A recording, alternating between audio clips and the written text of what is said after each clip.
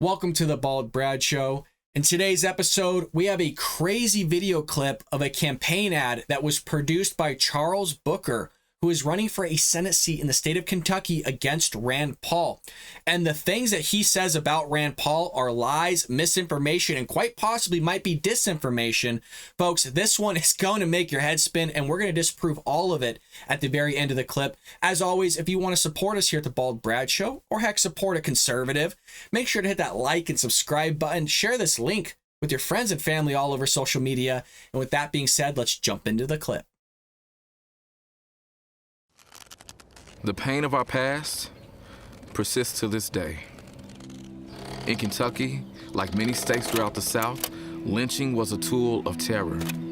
It was used to kill hopes for freedom. It was used to kill my ancestors. Now, in a historic victory for our Commonwealth, I have become the first Black Kentuckian to receive the Democratic nomination for U.S. Senate. We just pause it here, and I think it's a perfect image to pause it with. It says U.S. Senate here, folks. This man has a noose around his neck, and he's running for the Senate.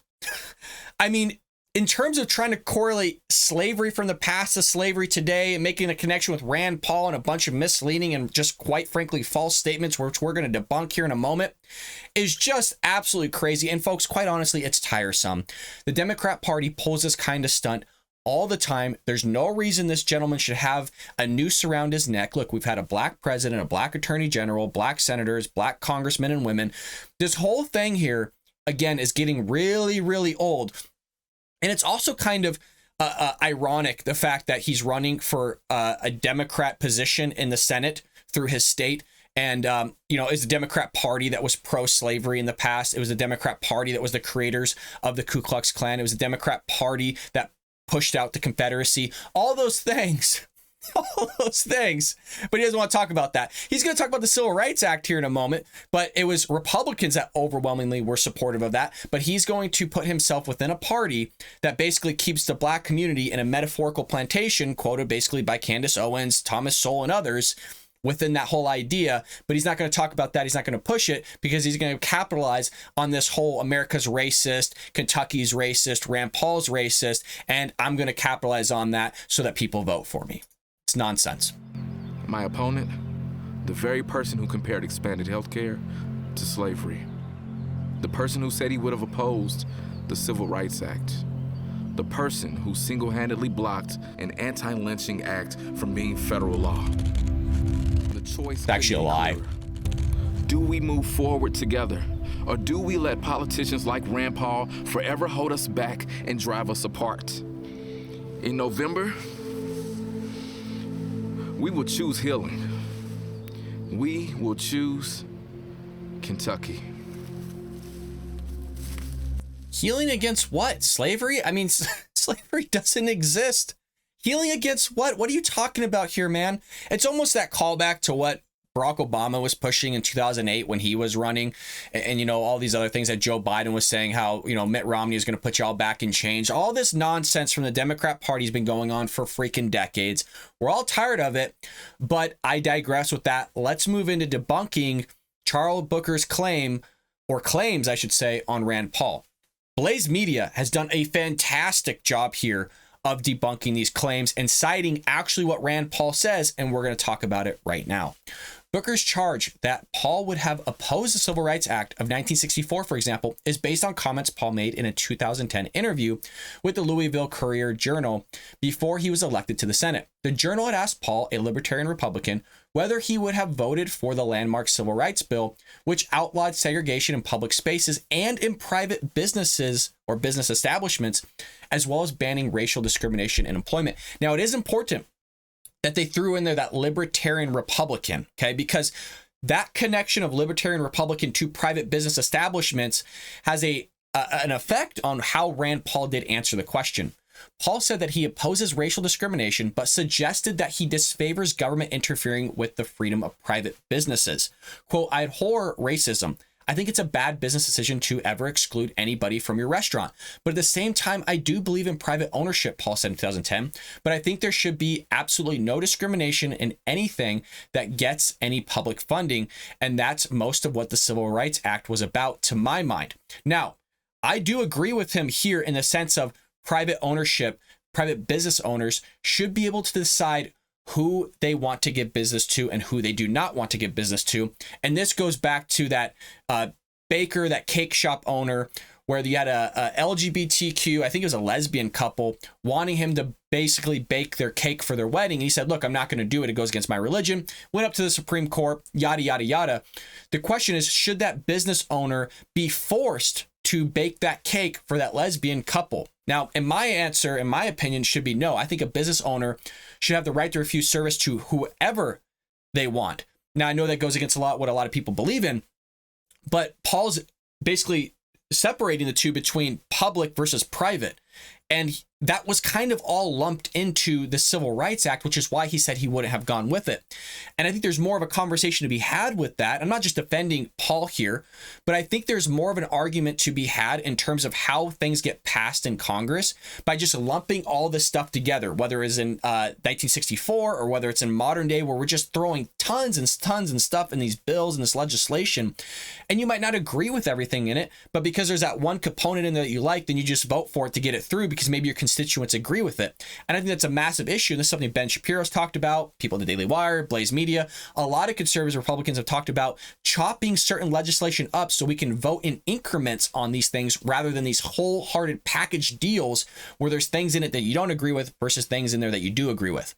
Now, it goes on to say here, Democrats seized on Paul's comments and accused him of opposing civil rights legislation, but Paul has since repeatedly said he supports the Civil Rights Act and detests racism. So again, you could be against racism, you could be against discrimination, all those things. There's a difference between public funding and giving public money to institutions that discriminate versus private business owners. There is a difference, and that's why that libertarian Republican issue, or at least phrase, was implemented so perfectly here by Blaze. It said here, but Paul has since repeatedly, again, said he supports the Civil Rights Act and detests racism. Booker's ad also accuses Paul of comparing expanded health care to slavery, a charge that the Louisville Courier-Journal believes refers to statements he made on the Senate floor in 2011 in a speech opposing Obamacare. Now, I will say in this quote, Paul doesn't do a great job of correlating this idea to him being a physician, and we'll talk about it in a moment. With regard to the idea whether or not you have a right to health care, you have to realize what that implies. I'm a physician. You have a right to come to my house and conscript me. It means you believe in slavery, Paul said at the time. Now, there is a connection to be had here because what you're basically implying here is that if you have a right to something, then you basically have the right to force somebody to give you some sort of service, and against their will, mind you. So that goes again to that cake shop owner that I was describing, of that person, regardless of their religious beliefs, which they have a God-given right to them, that regardless of, you have to be forced to bake that cake for somebody that you don't agree with their practice, which is basically indentured servitude, which is what he would have got paid for or gotten some sort of monetary value or some value back, which is why it's indentured slavery rather than just slavery. But I think Paul could have done a better job here of describing it, but that's kind of another analogy of what he's referring to here as a physician. If you're going to claim that healthcare is your right, then you're basically going to force me to take care of you against my will, even though I don't want to, by coming to my house and basically drafting me again to take care of you. You are going to enslave not only me, but the janitor at my hospital, the person who cleans my office, the assistants, the nurses, he added. As the claim that Paul opposed anti-lynching legislation, while it is true that in 2020 he held up a bill that would make lynching a federal hate crime, that's not the full story. And this is why I said in the video while we're watching it, it was a lie. Paul said at the time that lynching should be universally condemned, but objected to language in the bill that included non-fatal injuries as lynching. Quote, and this is important, if you're going to call something an anti-lynching bill, but you're going to have a new conspiracy charge for someone who has misdemeanor bruising, we don't think that's appropriate. And someone has to read these bills and make sure they do what they say they're going to do, rather than just be a big PR effort. And then everybody gets up in arms and wants to beat up anybody who wants to read the bill and actually make the bill stronger, he told reporters. He offered an amendment to the bill that would have added a serious bodily injury standard, but the Senate did not adopt his proposal.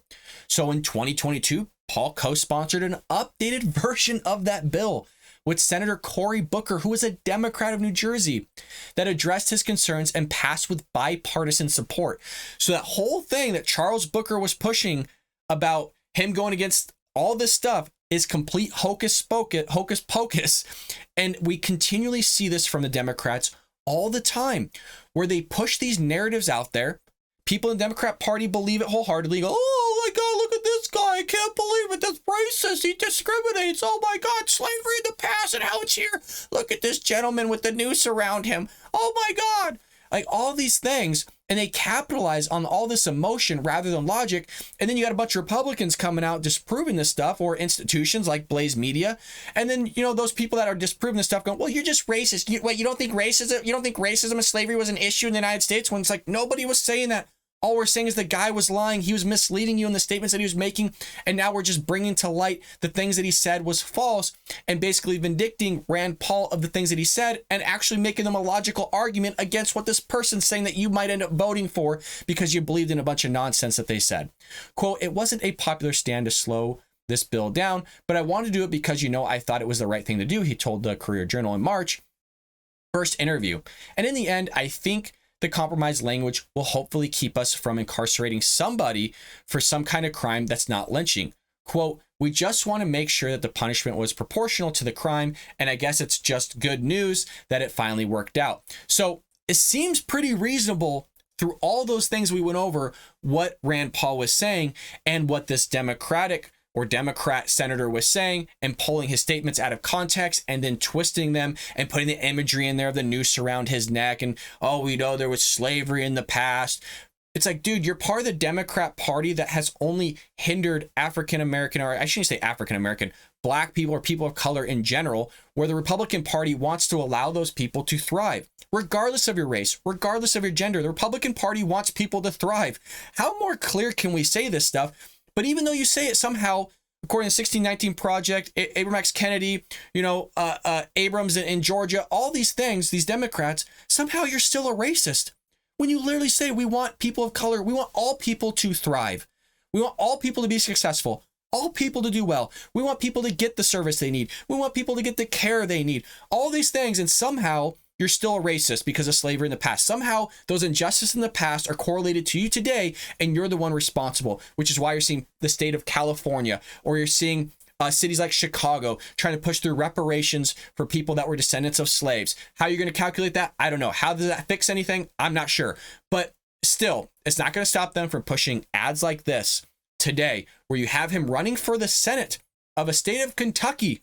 And somehow that's racism that's hindering people. I was told by the Democrat Party that African-American, Black people, whatever you want to call them, are being suppressed. So if they're being suppressed and they're not able to rise up, how the hell is this person running for Senate? That's my question. Kudos to him for running for Senate, by the way. Kudos to him for being successful. Kudos to him for being able to put out an ad, even though I don't agree with it. Kudos to him for using his First Amendment right. Kudos to him for everything that he's doing. I don't have to agree with it, but I'm glad to see that a Black person is running for the Senate. I was glad to see a Black person was able to run for the presidency. I'm glad that we had a Black attorney general. I'm glad that people, regardless of race, regardless of gender, are able to be successful in this country and do the things that they want to do, live out the life they want to live. But again, somehow, because I'm a white cisgendered male, you're racist. Rand Paul in some way, shape, or form is racist because the things he did in the past are actually logical. It gets old after a while. It gets so old from the Democrat Party, and it makes me wonder, when are they going to stop pushing this? At what point does it stop? At what point do they go, hey, you know what? It's been 500 plus years. I think we're good now. Is it going to go on 1,000 years? Is it going to go on 2,000 years? Again, that doesn't mean we shouldn't talk about the injustices of the past. That doesn't mean that we shouldn't have conversation about the injustices of the past and how it affects today. I'm saying that we should have those conversations. But when you're wearing a noose around your neck and you're running for being a senator or the seat of a Senate of your state, it's mind-blowing to me. And then you're going to go out and make accusations about your opponent and mislead people when your whole party, the Democrat Party, was all about misinformation, Russian disinformation, all these things. But yet you're going to go propose what I would like to either, it's going to be disinformation or misinformation what this person is doing. I can't say there was intent there because I don't know. Maybe he's literally ignorant of all the things Rand Paul says and just put him in there because he wholeheartedly thought of it and believed it. Or it was disinformation where he knowingly did the things that he did to try and sway people to vote for him, knowing that it was false, which would be disinformation. But against his party platform, that's not what you should be doing.